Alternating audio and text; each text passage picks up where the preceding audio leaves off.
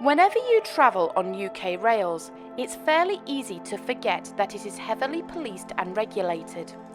On the network and among the stations, it is the British Transport Police's job to protect both the public and the railway and to provide reinforcements and issue arrests for those who fail to follow the rules. The first centralised police force came into being after a recommendation to then Prime Minister Sir Robert Peel. Sir Robert introduced a new Act of Parliament and formally introduced the first ever police force to the UK, the Metropolitan Police. The police were not interlinked with the railway at first, but in 1830 this view changed. It was the opening day of the Liverpool and Manchester Railway. Scores of people lined the tracks and stations to marvel at these new machines and watch them work. Honourable men would parade themselves as they strode aboard carriages ready to ride. As one engine stopped to take on water, against the railway's advice, several passengers took the opportunity to leave the carriages and spill out onto the track, most likely to mingle and talk, as moving from carriage to carriage within the train was not possible yet. One of the men to get off was William Huskinson. He had just recovered from surgery and wanted to speak to the Duke of Wellington. As the men talked, Rocket was approaching on the other line. A cry of "Engine approaching" filled the air, and the men cleared the line. All except Huskinson. William, who was known to be clumsy, panicked and tried to cross the line. Too afraid to cross, he panicked that the 4-foot gap between the two trains would not be big enough, and it was at this time the driver saw him and put on the brakes. Huskinson climbed up onto the Duke of Wellington's door, but in the confusion, combined with the weight applied to the unlatched door, it slowly swung open and straight into the path of Rocket. Rocket hit the door, causing William to fall into the path of the engine, and the engine to run over him, mortally wounding him. The death of Huskinson was easily avoidable and brought home just how dangerous the new engines could be if the rules were not followed. It made clear that more was needed than just a few employees to promote law and order. Following the accident, the first ever railway police were formed. They were most likely sworn in under Act 14 of Charles II Act of 1673 as special constables, and would be stationed in little houses along the line in 1-mile intervals. This allowed the stations to be in contact with one another while patrolling the line. The role of these constables would be to keep law and order, to assist customers, to safeguard the line and raise the alarm should the need arise. The Liverpool and Manchester Railway were the first to implement the police, but they were not the last.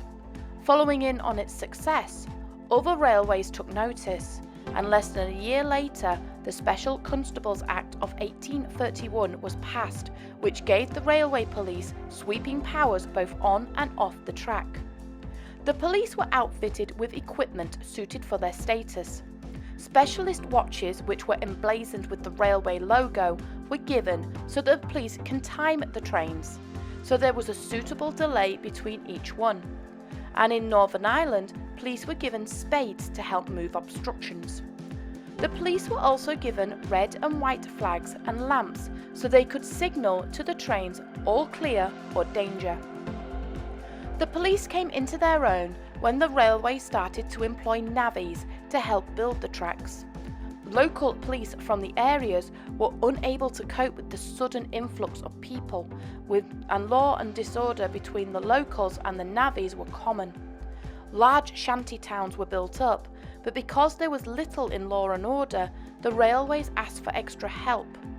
Local justices employed the now known peelers from the Met Police to help, but the invoice for these officers was left for the locals to pay. The locals took the matter to Parliament, who forced the railways to foot the bill in the new Act of 1838. Meanwhile, at the police stations themselves, the police were being moved from 1-mile stations to into the stations. Mechanical signalling replaced the old flag method, and the constables were expected to help with station and passenger duties, keeping law and order. One of the main roles the police had to do was issue tickets. Issuing tickets was so much more complicated than it is today.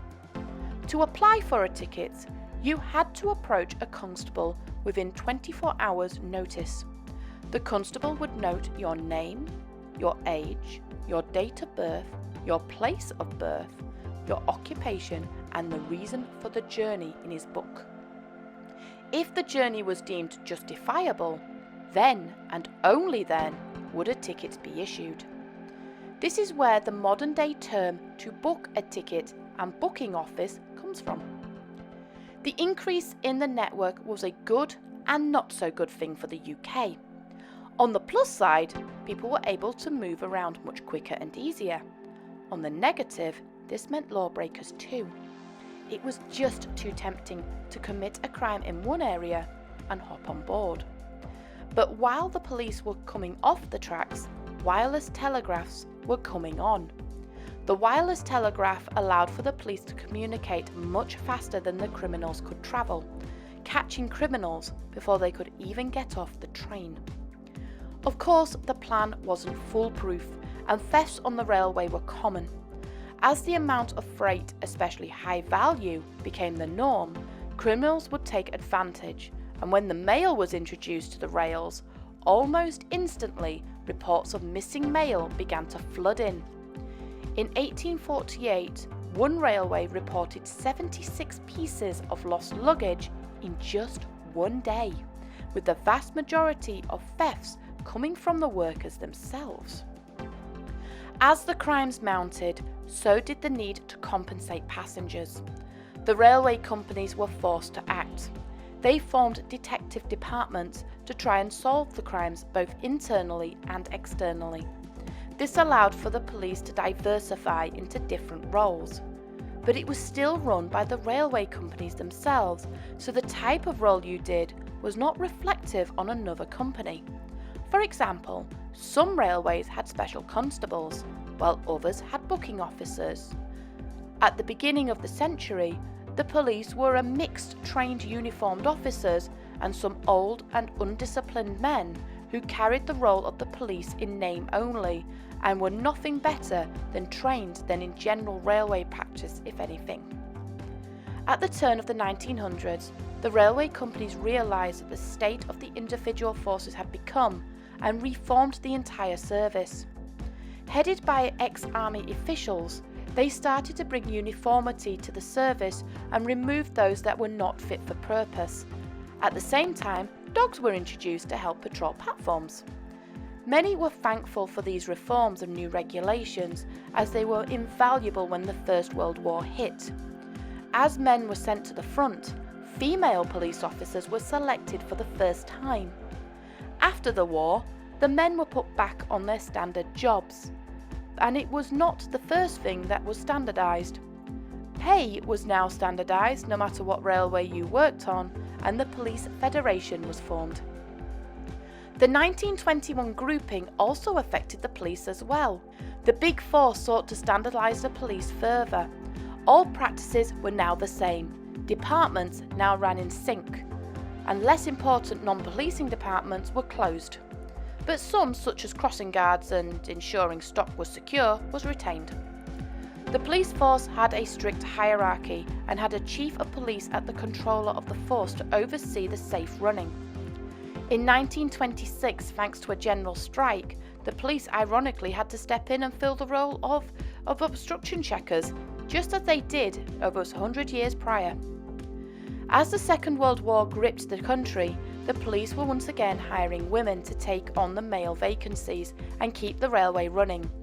This time though, the women were staying in their roles, and the role was much less demanding. Bombs were raining down on stations destined to destroy the infrastructure, and raids on provisions, especially ration goods, spiked especially during blackouts. It was at this time the four respective chiefs of police got together with the railway executive, and a committee was formed. Its goal was to unify the four forces into one. 12 officers from for each of the 4 companies were selected for specialist training at the soon-to-be Police Training College. Within 3 years, the Big Four had become the giant British Rail, and the police followed suit. On the 1st of January 1949, the British Transport Police was formed. The new force combined all the best of the Big Four, plus the policing of the canals and dockyards, and was the second largest in the country. Over the next 20 years, the new force improved and grew. A new computer system was trialled and used, a UK first in the reporting of crime, and only suffered 2 major setbacks. One was the buses in London not using them, and the docks backed out shortly after. But the police shone, especially in the wake of major accidents, helping people to safety, getting help, helping in the investigations, and potential arrests. In the start of the early 90s, the police went continental with the opening of the Channel Tunnel, and a dedicated group of officers were appointed to oversee the tunnel and passengers. Today, the British Transport Police are a recognised force and one of the largest forces in the UK. They have been commended by the Prime Minister and the Queen for their amazing work, especially on complex accidents, keeping passengers safe. The police travel all over, keeping law and order in large-scale events, and they always keep an eye out for trouble. The British Transport Police today are one of the greatest forces around and will always be there to help and keep you safe as you travel today.